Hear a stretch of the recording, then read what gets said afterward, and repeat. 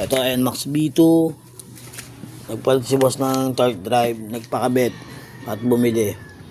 Mahusay nga lang yung nagawa, hindi naglagay ng grasa sa torque drive. Kaya yung takbo niya, halos nasunog nga yung bakal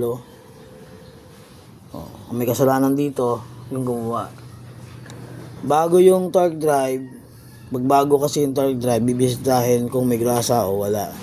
Meron man kaunti lang pero hindi sapat Ayan. Kaya nangangarag siya, nainit lalo. Tapos tagas yung oil seal, ayan, kay boss. Ayan, bakat yung bakal niya Ayan Ayan, maraming salamat boss at ikaw ay nagawi dito. Ayan NMAX B2.